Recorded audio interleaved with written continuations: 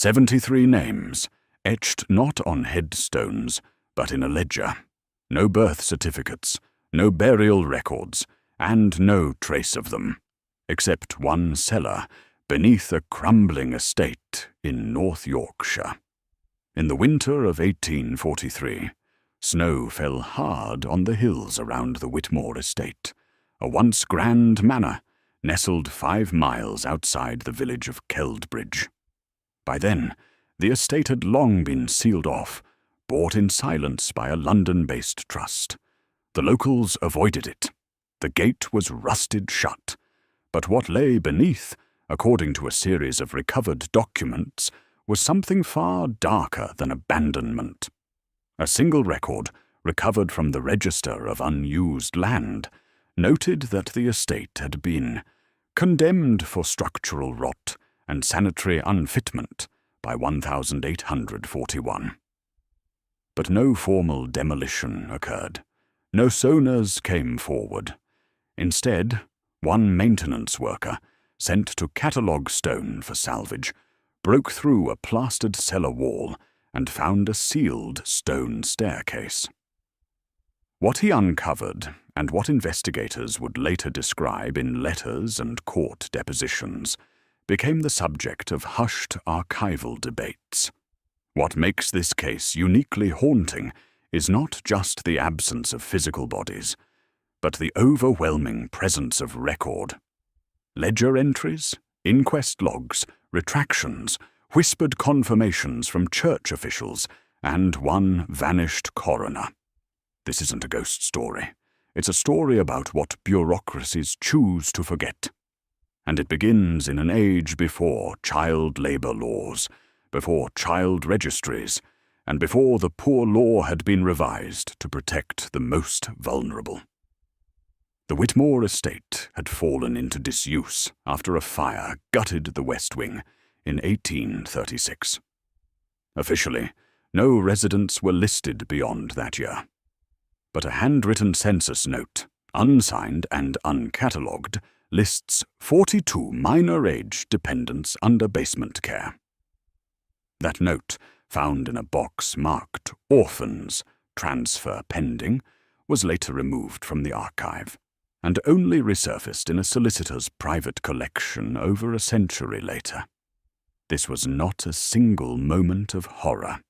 This was a slow, systematic unmaking. And while the phrase "skinned alive" is among the most graphic accusations ever whispered in North Yorkshire's oral histories, what makes it more disturbing is that no newspapers at the time reported anything. No inquest, no memorial, just silence, until someone opened the ledger, until someone cross-referenced the maintenance log, the stained wood panels, and the shallow brickwork discovered beneath a false wall in 1912. Why tell this story now? Because in the last 5 years, multiple documents have quietly reappeared. Deeds, signatures, one child's drawing, dated 1843, with initials that match a forgotten school registry. Historians have begun whispering again, and a private investigator, hired to settle an inheritance dispute involving the land, uncovered a cache of sealed correspondence tied to a solicitor named Hargrove Whitby, a name once buried, now unsealed. This is not a feel-good story. There is no triumph here, only the persistence of memory in the face of institutional forgetting. Only the question of how 73 names disappeared from public record, but not from every document. Some stories demand to be exhumed slowly, carefully, with reverence and suspicion in equal measure. This one starts with a drawing, a child's hand, a cellar door, and it ends with a ledger no one wanted to sign. The first person to walk back into the Whitmore estate in over half a century did not arrive with curiosity. He came with a clipboard and a contract.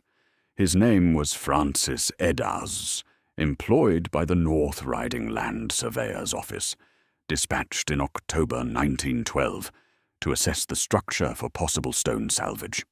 The report he filed, 6 pages, handwritten, stamped with the department's crest, was meant to be routine. It wasn't.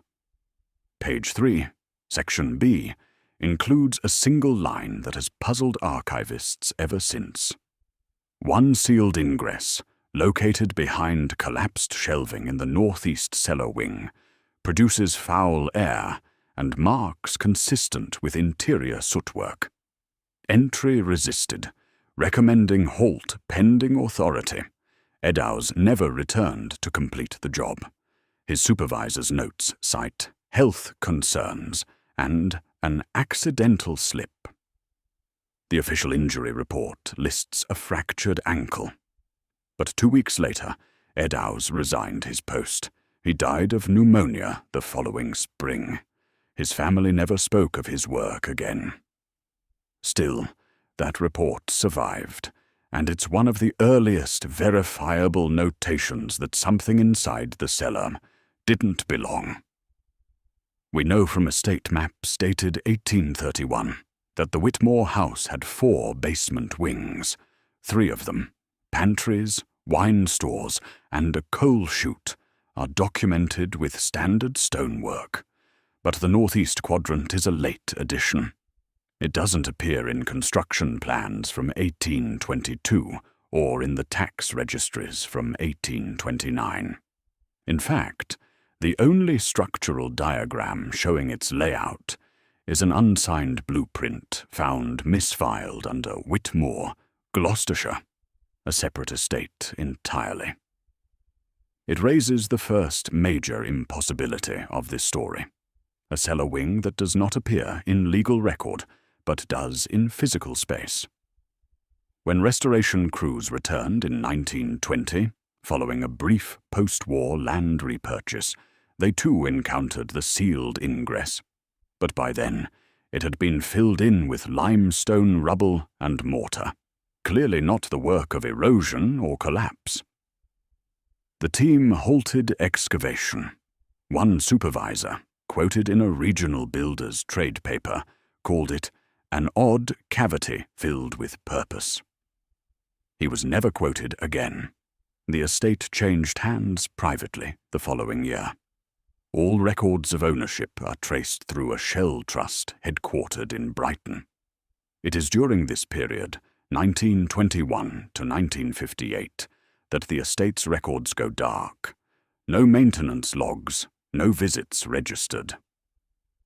The grounds were reportedly tended by locals paid in cash through a middleman named Renly Pike, whose own residence appears to have been unlisted. This missing chapter of occupancy is crucial, because sometime during those decades, a new entry appeared in the parish ledgers of St. Brannan's Church in Keldbridge. Donation received for the reinterment of unnamed miners by anonymous hand, noted without objection. March 14th, 1933. No location is specified, no names, but the church ledgers from 1933 onward include a curious notation each Easter week. Service deferred, chapel sealed. Only once, on Easter Monday, 1951, does the vicar write anything further. No entry this year. Whitmore name recurs. Fear the pattern. This would be easy to dismiss as the poetic brooding of a rural clergyman, except that fear the pattern is a phrase that appears again, not in ecclesiastical text, but in a recovered letter dated 1843, written in cramped cursive on browned parchment. The signature on that letter? Hargrove Whitby, the solicitor whose papers reappeared in 2018 during an estate dispute. In the margins of that letter are drawn 3 overlapping circles, and the number 73. No further context. How does a cellar wing, built without permit, reappear in diagrams tied to another estate? Why does a parish ledger mention reinterment without names? And who signed off a donation tied to unmarked remains? The pattern, it seems, began before the cellar was ever sealed. But no one spoke its name. No one dared. If you've ever encountered a place that seemed deliberately forgotten, a name erased without reason, share your thoughts below. And if stories like this speak to something deeper, subscribe for more voices long buried and almost silenced. The next chapter will take us into the paper trail, the first verifiable signs that this was not merely rumor, but action. The Whitmore estate's story might have remained the stuff of whispered folklore and parish footnotes, if not for two surviving layers of documentation, neither designed to intersect, yet somehow aligned. Together, they form the first formal foundation of this case. The first is a mortality log, compiled in 1843 by the North Riding Sanitation Review Board, tasked with inspecting rural residences following a typhus outbreak. These records were part of a push by Parliament to regulate private institutions housing orphans, the indigent, or unparented children of the parish. Most reports from that effort are dry, lists of latrine distances, linen counts, and head tallies. But the entry for Whitmore Estate stands out. It spans 8 lines, typed on onion skin paper, stamped with a wax insignia. Inspection denied. Estate inaccessible due to fire damage and owner absence. Noted from distance. Unpermitted construction on northern side. Local children observed carrying firewood to rear entrance. Recommendation: revisit in 30 days. Entry authorization requested. There is no follow-up. No second visit. The next inspection docket jumps straight to a neighboring property, 2 miles east. But handwritten in the margin of the Whitmore log is a single notation: untraceable after March 3rd. It's the first known government acknowledgement that children were seen entering the estate after it had allegedly been vacated. The second record comes from a very different corner of the bureaucracy. The Keldbridge Quarter Sessions Court, specifically a testimony log from May 1844, just under a year after the sanitation note. The witness, Constable Elric Mallow, summoned in a petty theft case involving livestock. But during questioning, the transcript includes this exchange, buried 2/3 into the proceedings. Magistrate: you mentioned an abandoned house. Whitmore: what was the context, Constable Mallow? A boy had hidden in a shed near its boundary. Said he heard voices from beneath, singing or screaming, he couldn't tell. We dismissed it, Magistrate. Dismissed why? Mallow: because there's no way in.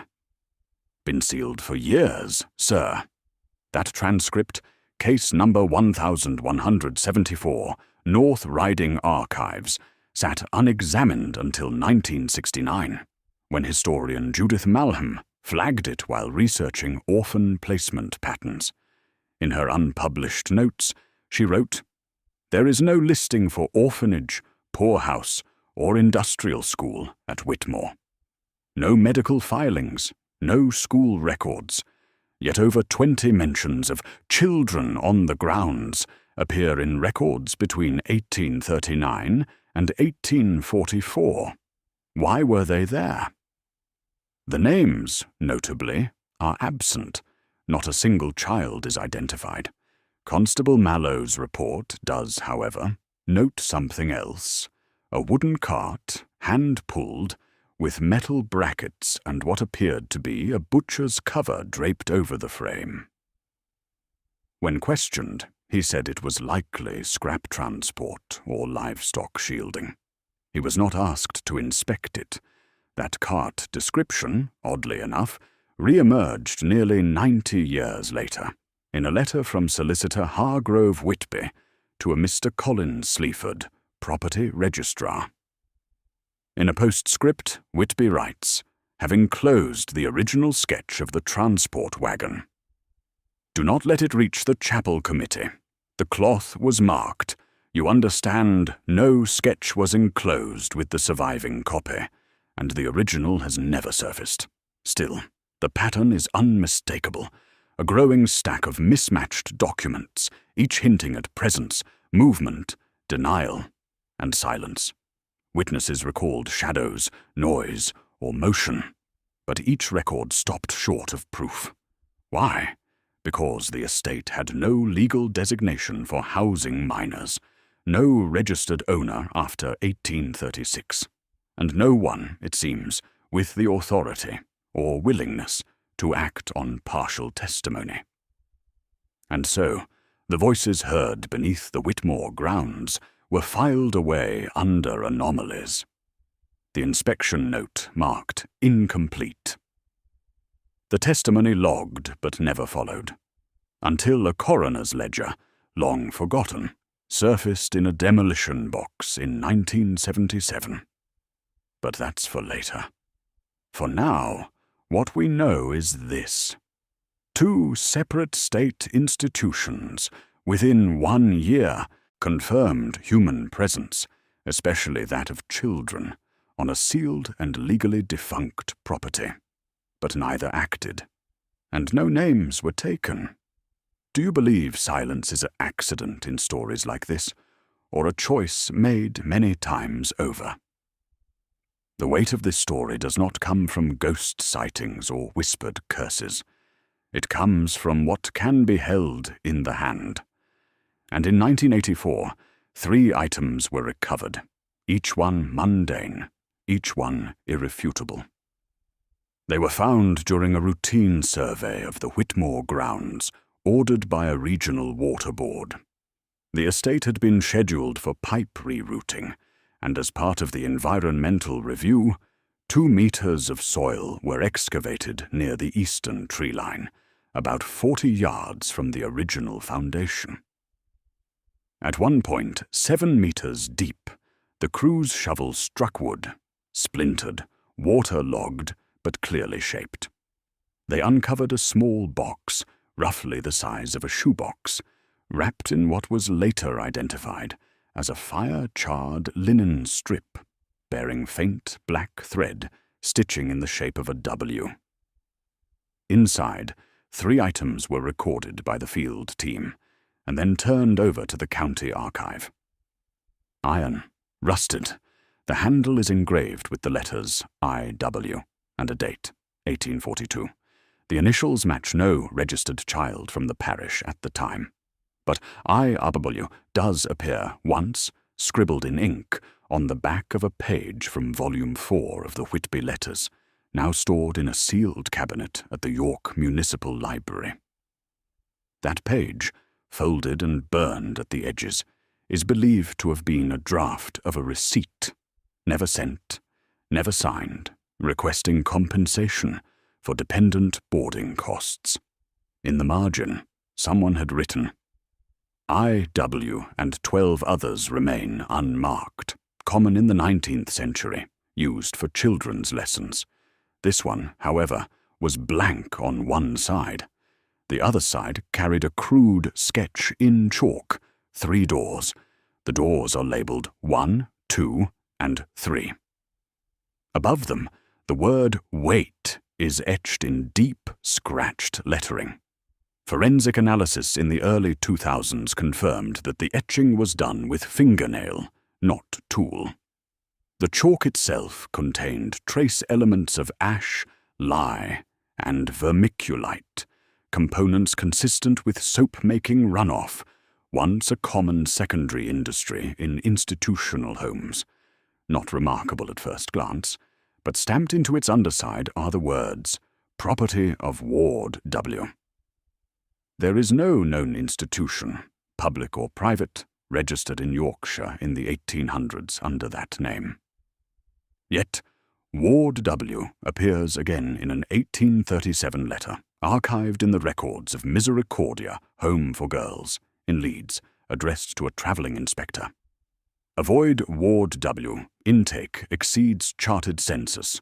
Confiscation protocols unclear. Notify none. Await instruction. That letter, unsigned, was discovered in 1971 behind a false back of an oak filing cabinet during a remodel. It had been stuffed alongside 4 shredded attendance sheets, all with initials matching none of the home's official records. Each item, the button hook, the slate, the spoon, was catalogued separately at first. It wasn't until 1992 when archivist Elena Garrick cross-referenced the estate excavation records with post-industrial housing inventories that the 3 were reunited into one classification. Unregistered domestic artifacts, child provisional class, circa 1838 to 1843, Whitmore adjacent grounds. The term provisional class is archival shorthand. It means the origin cannot be fully confirmed, but the context, materials, and locational logic all support the classification. These were not dumped items. They were preserved, wrapped, buried, and hidden. Why hide them? And more importantly, who buried them? One theory posited by Garrick before her death in 2003 was simple. A survivor. Someone small enough to escape. Someone old enough to remember. Someone who buried memory when no one else would. No human remains were found near the box. No grave, no bone, no personal note. Only tools for the forgotten. A button hook for lacing boots. A slate for lessons never finished. A spoon for meals likely never served. If this was a message, it was not meant to be loud. It was meant to endure. The Whitmore case might have ended with misplaced spoons and marginalia, if not for the fracture. It came not from a discovery, but from a deliberate act of removal. In 1894, Bartholomew Crisp, a junior clerk at the North Riding Records Office, was tasked with consolidating storage ledgers from the pre-railway era. These documents, transport, intake, and boarding invoices, were often fragile, written on low-grade pulp or cloth paper, bound in rotting hemp cord. In Box 204, listed under Transport, Human Cargo, 1836 to 1845, he discovered something unusual: 3 slips without routing codes. Each form bore the same mark, a black circle with a slash through its center, an outdated annotation sometimes used to indicate non-redirectable. All 3 listed only initials under passenger identity. All 3 were outbound from West Estate/L Structure/Door 3. The destination line on the first read, "To be held until marrow unbinds." The second, "No intake receipt required. Return undesired." And the third, "Seal before sight." Confessor to sign. No more than once, clerks had no idea what to make of them. Crisp flagged the box for senior review. It never happened. 2 weeks later, the 3 forms were removed from the official archive. In the audit log, someone penciled a single word in red: folklore. That word, the institutional label for materials deemed too vague, unsubstantiated, or politically dangerous, ensured the documents were locked in a side collection and forgotten for decades. But they weren't forgotten by everyone. In 1911, a vicar named Thomas Hale in Keldbridge delivered an Easter sermon that startled his parish. A local broadsheet from that week records a single line quoted by a parishioner. "And though the bones were kept from wind and worm, they were not kept from memory." The quote was never repeated, but in Hale's private journals, kept at the Diocese of York Archive and released in partial transcript in 1999, he writes, "There are whispers again. A man came asking after the cellar. Not for God, not for the council, for the family. I told him what my father told me. Never go past the third door. Never open the bricked wall. He said, "Then I'm already too late."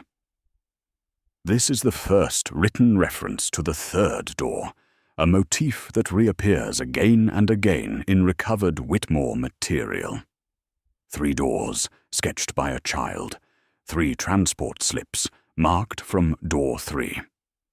3 overlapping circles in the Hargrove Whitby letter.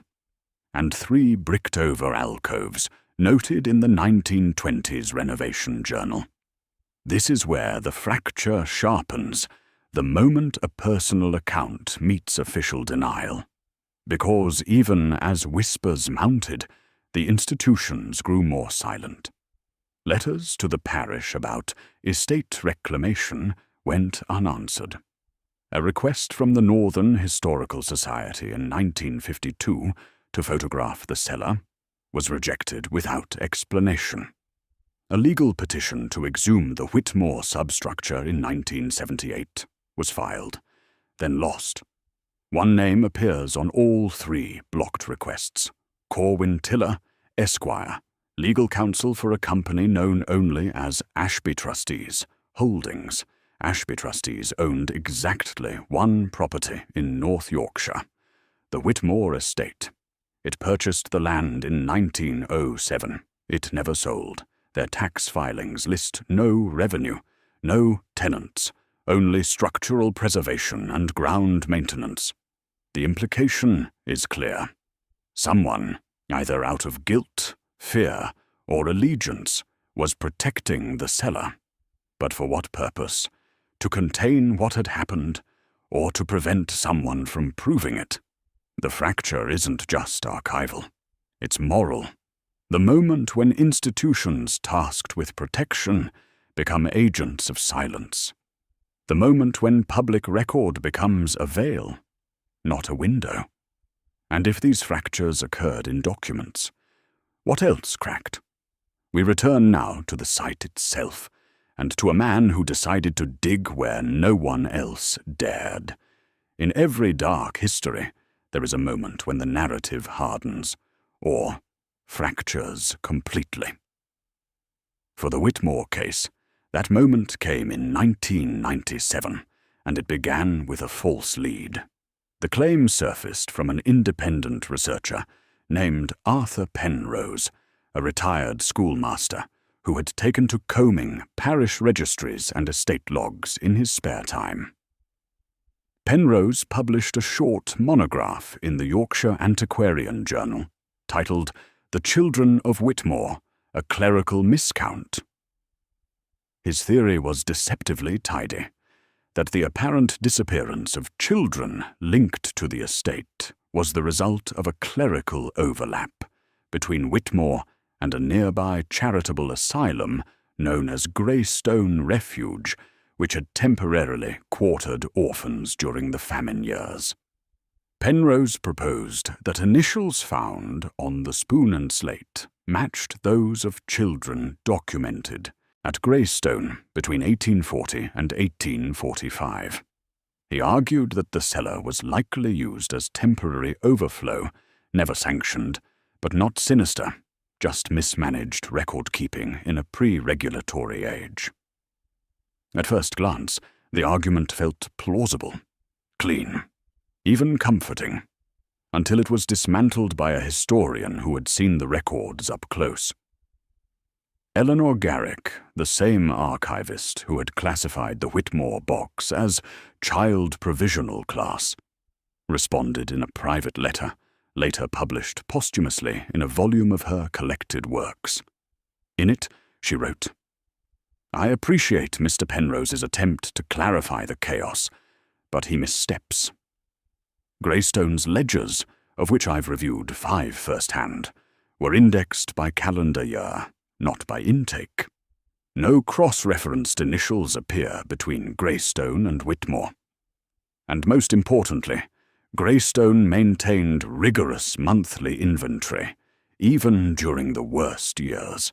None of their children were unaccounted for, But Garrick went further. She identified an error that Penrose and others had overlooked: the transport codes. In his article, Penrose had assumed that Door 3 referred to an architectural feature, but Garrick traced the phrase to a now-defunct intake coding system used exclusively by non-sanctioned transit sites, often called holding gates, that were placed between towns, outside formal census or asylum boundaries. According to a logistics manual stored in the North Riding Rail and Transport Compendium. Volume 4, 1861, Door 3, corresponded to displacement intake, meaning that a child was removed not from a home or hospital, but from a private property or informal care ward without registry. It was a bureaucratic workaround, allowing the transport of children without full intake vetting. In short, black sites. Whitmore's basement, Garrick suggested, was not a home. It was a gate. This theory aligned with another overlooked detail. In 2002, a previously sealed ledger from the Ashby trustees, uncovered after a data protection lapse, revealed annual payments made under the classification auxiliary transfers, no claimants. Each year between 1838 and 1844, a line item of £73 appeared. No explanation, no breakdown, only the recipient, H. Whitby, £73, the same as the number that appears in the child's drawing, the same number penciled into the Whitby letter. Garrick noted with chilling restraint, £1 per head if the numbers align. No proof, but the symmetry is difficult to ignore. Once this correction was published, pressure mounted. The Yorkshire Historical Commission received over 400 petition signatures demanding a reopening of the site. The Diocese of York quietly acknowledged the existence of unmarked service logs from Easter week, 1933 to 1951. And in 2006, a private donor funded the first 3D ground-penetrating radar scan of the Whitmore grounds. What it showed was deeply unsettling. Below the northeast quadrant, beneath the bricked-in cellar, under what had been dismissed as structural waste, 3 long cavities were detected, each approximately 18 feet in length, 5 feet wide, and spaced 2 yards apart. Uniform, subsurface, and unnatural. No permits were granted to excavate. The findings were classified as non-invasive scan results, not evidentiary. But those 3 voids remain, as does the pressure. And so the story shifted again, from forgotten history to something far more present, something breathing behind denial. The second wave of artifacts was not found beneath earth or behind brick, but folded silently between pages, waiting. In 2011, a retired librarian named Douglas Heal was sorting the unindexed papers of the Perryman and Lonsley Legal Trust, a defunct solicitor's office in York that had been slated for archive digitization. While flipping through a bound volume of unfiled correspondences from the mid-19th century, he came across letter packet 18, sealed with green wax and never opened. Inside were 5 sheets, each marked only with a single date and a child's first name. The handwriting, angled, deliberate, matched that of Hargrove Whitby, confirmed by side-by-side comparisons to documents held in the York Municipal Collection. Each page listed a name, followed by 4 details: height apparent, age, injury code, coded, not spelled out, destination, but the final line on each page was uniform: to door 3, return not permitted. These documents, now preserved under controlled humidity at the Yorkshire Regional Archive, are referred to as the Whitby Slips, And while there are only 5 names, Elsa, Peter, Marion, Josie, Tom, a notation at the bottom of the last page references Group 14/5. If Group 14 represented 5 children, then 73 would have required at least 14 such slips. Only 1 has been found. What made the discovery more alarming, however, was the envelope in which they were stored. Stamped onto the interior flap, in faded red ink, were the words, "Ward W, cycle complete, destroy after entry." This phrase, cycle complete, was unknown to archivists until 2015, when a matching phrase appeared in the logbooks of a demolished intake house outside of Hull. There, in the basement inventory ledger, beneath a column labeled Non-Retainable Minors, a solitary line read, "Cycle complete, no forms retained, final total, 12 male, 11 female. Site closed once again, no names. Still, the repetition of language across disconnected documents, cycle complete, door 3, Ward W, suggests more than coincidence. It suggests protocol, and protocol implies intent. In that same year, a group of researchers led by Dr. Anya Feldcroft, a forensic historian with the University of Durham, compiled every known usage of these phrases across 19th century English documents. They found only 7 instances, all within a 60-mile radius of the Whitmore estate, all between 1838 and 1844. But it was one more artifact, discovered not in the ground, but in a drawer, that tied the pattern together. During the digitization of Garrick's private research archive, a small notebook fell from the back cover of her field journal. Inside, a crude map, hand-drawn in pencil, showing the Whitmore estate, its boundary wall, and 3 shapes in red. 1 circle beneath the northeast quadrant, 1 rectangle behind the chapel ruin, 1 triangle within the orchard line. At the top of the page, she had written, 3 doors/3 voids/3 markers equals 1 system. And beneath it, in lighter pencil, nearly erased, repeatable. Industrialized, legal? This is the pattern. Not only the physical pattern of the 3 voids detected by radar, not only the repeated names and codes across archives, but a pattern of erasure designed to repeat. Legal structures shielding informal systems, language embedded in bureaucracy, artifacts pointing not to accident, but routine. A ledger, a spoon, a page, a phrase. Alone, each can be misread. Together, they form a shape. But a shape is not a conclusion. It's an outline. And into that outline, we are left to ask, who built the system it described? Some stories unravel slowly, through ink and dust and silence. Others rupture all at once, when someone decides to open a door that was never meant to be touched.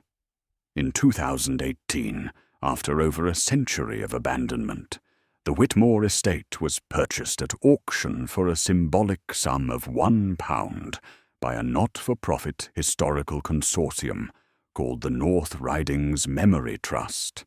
Their mandate was modest: preserve the outer walls, record oral histories from the nearby village of Keldbridge, and prevent commercial development on the land.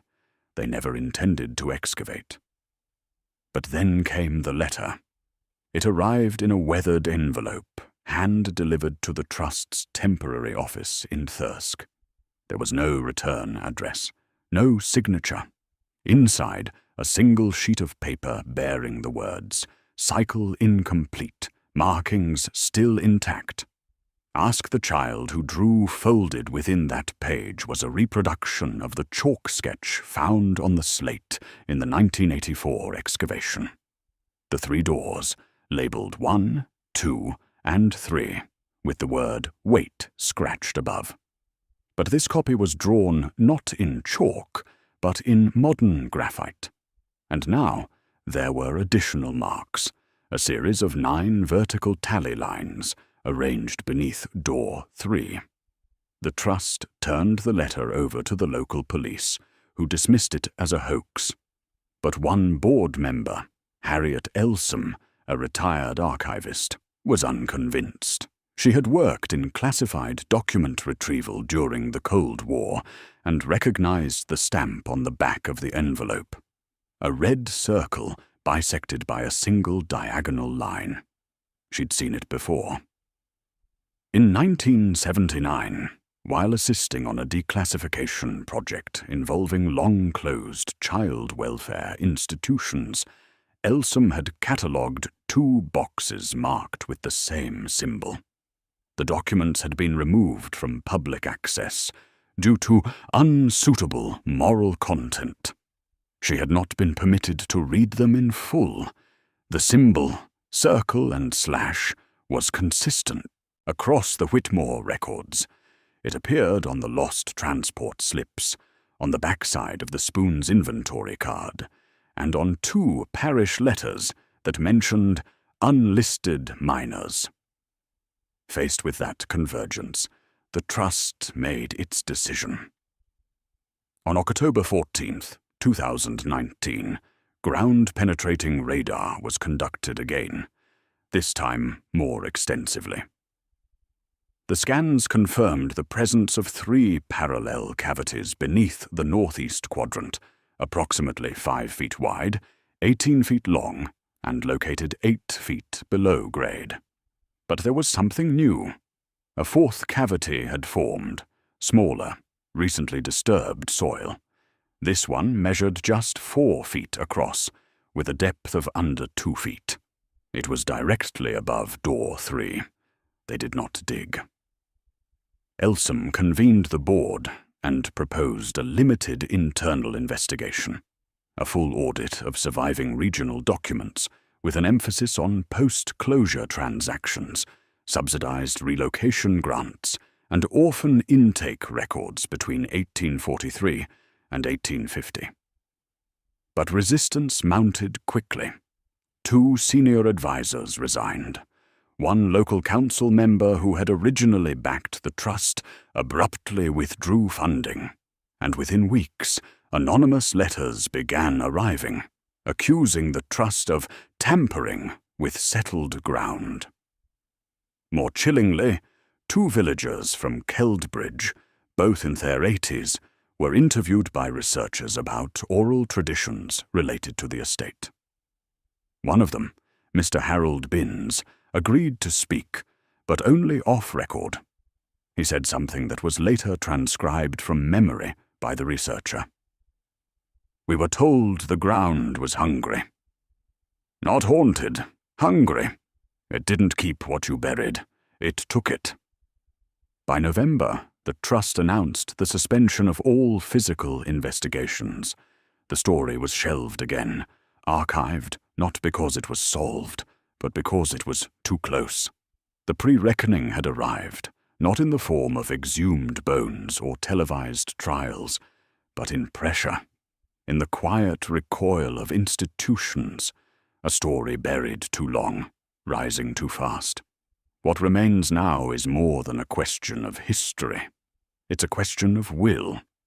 What are we prepared to uncover when the path forward no longer leads to proof, but to consequence? If memory itself becomes dangerous, what happens to those who carry it? Subscribe if you believe these questions matter. The next chapter is confrontation, when silence is broken, and something irreversible begins. Every investigation reaches a point when paper trails are no longer enough, when documents, however damning, cannot carry the weight of absence. For the Whitmore estate, that moment arrived in the autumn of 2020, when the trust's quiet hesitation gave way to open confrontation. It began with an anonymous leak. In September of that year, 3 photographs appeared in a restricted online archive forum frequented by genealogists and historians.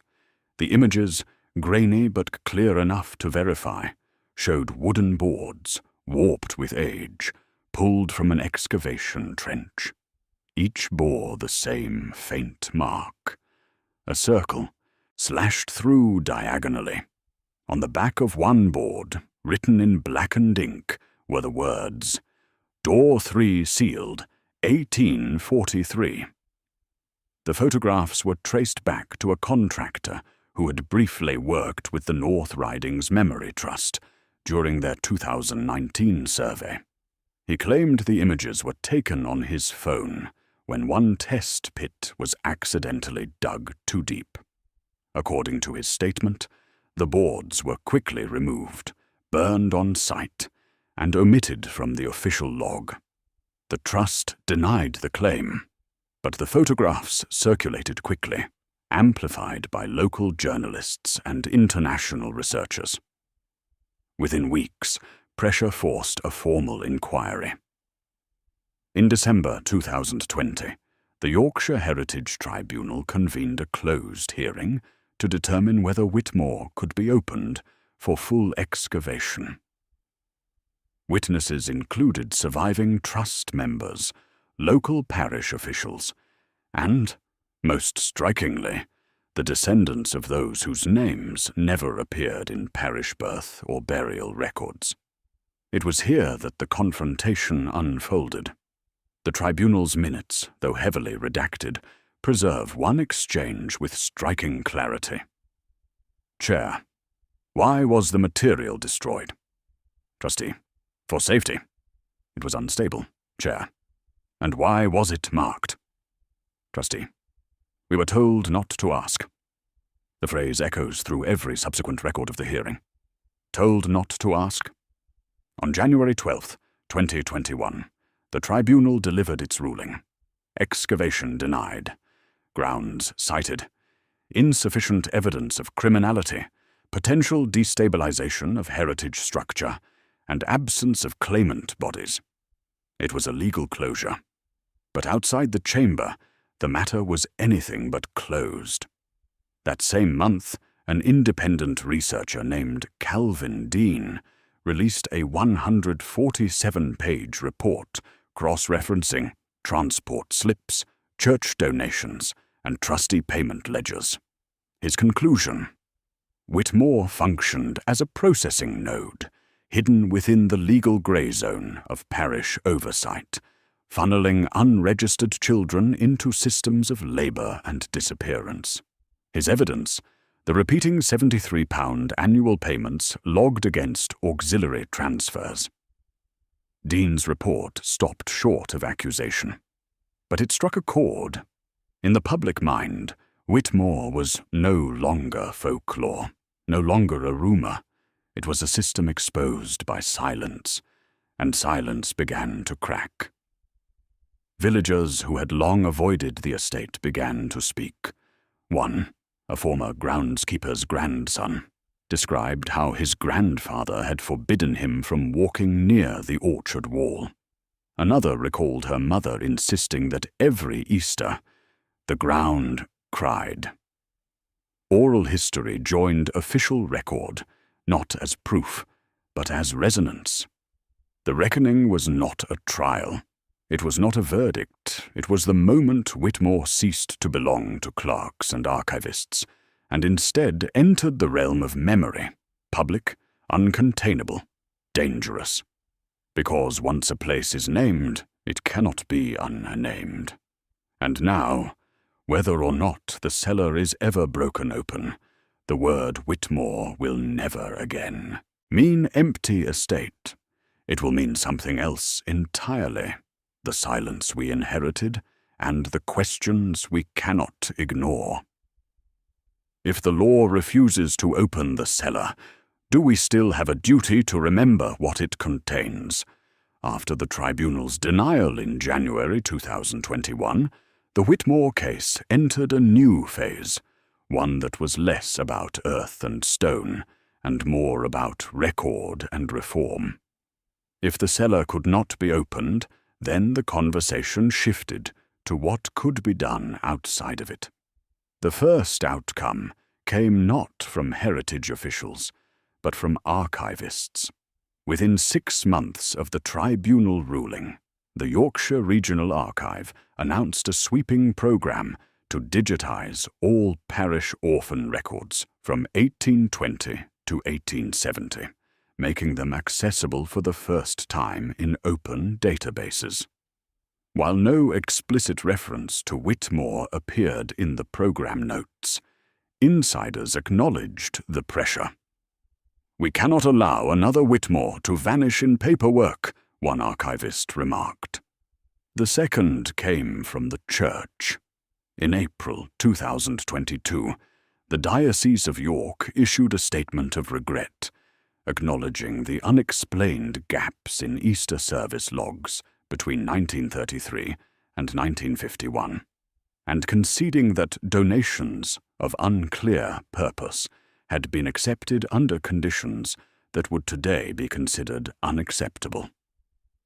No apology was issued to families, because no families could be formally identified, but the diocese pledged to fund memorial research into children unrecorded in parish care. The third outcome was cultural. The story of Whitmore, though still unresolved, began to spread beyond the archive and tribunal halls. A documentary aired on regional radio in late 2022, focusing not on the cellar, but on the silence surrounding it. The programme, titled The Third Door, drew over 50,000 listeners in its first week and spurred new oral testimonies. Listeners called in to share family memories, fragments of warnings, and half-remembered references to children who went away and never came back. Each testimony added weight to what the official record refused to confirm. But reform is rarely linear. Even as digitization advanced and cultural attention grew, institutional resistance hardened. The Heritage Preservation Council formally banned intrusive excavation on Whitmore grounds for the next 25 years, citing structural fragility and public safety. The Ashby trustees, still technically the property owners, refused all inquiries, and when a coalition of descendants filed a request for a symbolic memorial stone, the proposal was voted down at local council level. The fracture remained, memory pressing forward, institutions pressing back.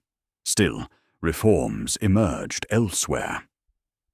The Children's Records Transparency Act, passed in Parliament in 2023, mandated the release of all 19th-century institutional intake and transfer ledgers after a maximum embargo of 150 years.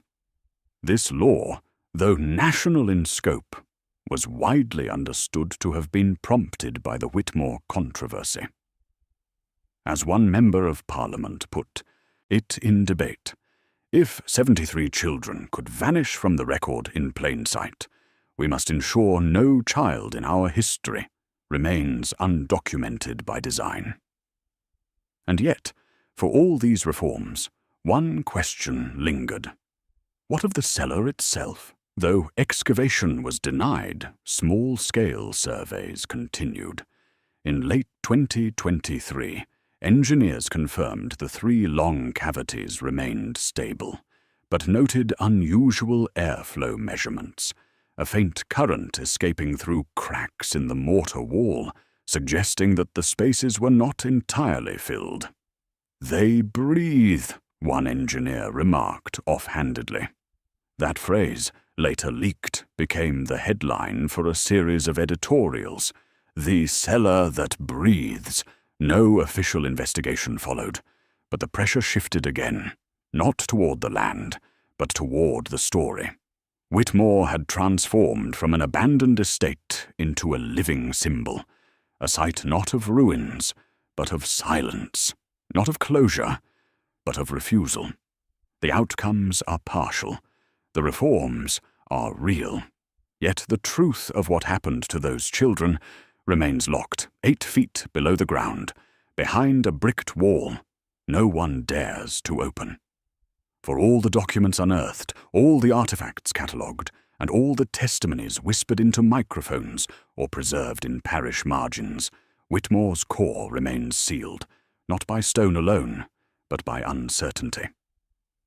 And uncertainty, in its own way, is heavier than fact. The first unknown is the number itself. 73. It appears in ledgers, in coded payments, in the penciled notations of Hargrove Whitby, and in the child's drawing. But no definitive register exists. Were there 73 children? Or does the number conceal something else? A tally of transactions, of groups, of cycles completed? If we cannot confirm the unit, we cannot confirm the scale. The second unknown is the origin of the children. If parish records do not list their births, then where were they drawn from? The poor law unions of the 1830s documented relocations of unparented minors from workhouses in York, Hull, and Scarborough. Yet no transfers list Whitmore as a destination. Did these children belong to families too impoverished to resist? Were they orphans lost in bureaucratic folds? Or were they taken outside any official channel, funneled into the estate precisely because it existed in legal shadow? The third unknown lies in the voids themselves. Radar confirmed their presence, but without excavation we cannot know their contents. Are they burial trenches, storage chambers, or were they constructed deliberately as holding cavities, designed to contain bodies or objects until moved elsewhere? The smaller, disturbed cavity discovered in 2019 adds another riddle. Who disturbed it, and why? More than a century later. The fourth unknown concerns Ward W. The name surfaces on spoons, slips, and letters, but no institution by that designation appears in official registries. Was it a code name for Whitmore itself? Or a broader system? An informal? Ward spread across multiple sites. The documents mentioning Ward W's use bureaucratic phrasing, cycle complete, no intake receipt required, suggesting process, not place. But if it was a process, who authorized it? And how many more estates like Whitmore operated in the silence between parish oversight and state reform? The fifth unknown is the human hand. A child buried the box of artifacts in the tree line. A solicitor drafted slips in deliberate script. A vicar wrote of fear and pattern. A trustee ordered boards destroyed. But whose hand sealed the cellar? Whose hand counted the payments? And whose hand, perhaps in compassion, left evidence where erasure was intended? These hands remain invisible, their names redacted by time, or by choice. And finally, there is the greatest unknown of all. Why the silence held? Why no inspector pressed beyond the first note of denial? Why no parish record acknowledged the tally? Why no archive released its sealed slips until generations later? Was it ignorance, fear, or complicity? Whitmore leaves us with a ledger of absences, unmarked names, unlisted births, unclaimed ledgers, unopened doors, and absence, when multiplied, becomes a presence of its own. What remains clear is this: the cellar beneath Whitmore was never simply architecture. It was a system, one designed to hold, to erase, and to wait. And it continues to wait, even now, bricked behind heritage law and institutional resistance. The unknowns are not empty. They are filled with air, with memory, with questions too heavy to be lowered into stone without breaking something larger. The illusion that history accounts for all it contains. The cellar at Whitmore remains sealed. The voids remain untouched. The documents, the artifacts, the whispers, each one points inward, toward the same place. Yet the place itself stays locked, 8 feet beneath the soil of North Yorkshire, preserved not by mortar alone, but by the will of those who still say not yet. And so, the story does not end with excavation. It ends with the weight of what is left unbroken. Consider the fragments we have. A button hook engraved with initials that match no parish child. A slate tablet scratched with the word wait. A spoon stamped property of Ward W. Transport slips coded to a door 3 with return not permitted. Payments of £73, repeated for 6 years. A drawing of 3 doors, reappearing across decades. Each item, on its own, is small. Together, they form an outline that feels larger than history is comfortable holding.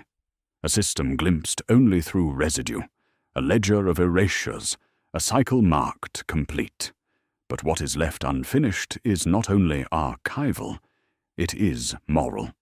The unknowns at Whitmore are not simply gaps in paperwork. They are lives without record, children without names, families without graves to visit. They are 73 silences stitched into the soil. And each silence is a question. What does a society choose to remember? And what does it choose to bury? The reckoning that never came in the courtroom or at the excavation site has instead unfolded in memory. Whitmore has become less a case than a symbol, a warning that erasure can be structured, that forgetting can be built brick by brick, ledger by ledger, until an entire cellar full of lives disappears behind the phrase told not to ask. Perhaps the most haunting fact is not that Whitmore remains unresolved, but that it may remain that way forever. Heritage protections, ownership disputes, and institutional resistance will likely outlast those who first demanded answers. The doors may never open. The voids may never yield proof. And yet, the story breathes. It breathes in the parish logs, in the unclaimed slips, in the engineers' scans, in the testimonies of villagers who still say the ground cries. It breathes in every archive box marked folklore, and every ledger line that doesn't quite add up. It breathes because questions, once spoken aloud, cannot be sealed away again. Whitmore's cellar is still waiting, waiting for courage, waiting for reckoning, waiting for someone, someday, to decide that silence is no longer protection, but complicity. Until then, all we have is memory, and memory, fragile as it is, can sometimes outlast stone. So the story ends as it began, with a drawing of 3 doors, one marked wait, one marked with absence, and one still closed. If the cellar at Whitmore could be opened, would you want to know what lies inside? Or is it the not knowing that keeps it alive? Subscribe to this channel for more long-form excavations into the shadows of history, where silence, record, and memory collide. Some stories can never be closed, but they can be told. And in the telling, they breathe.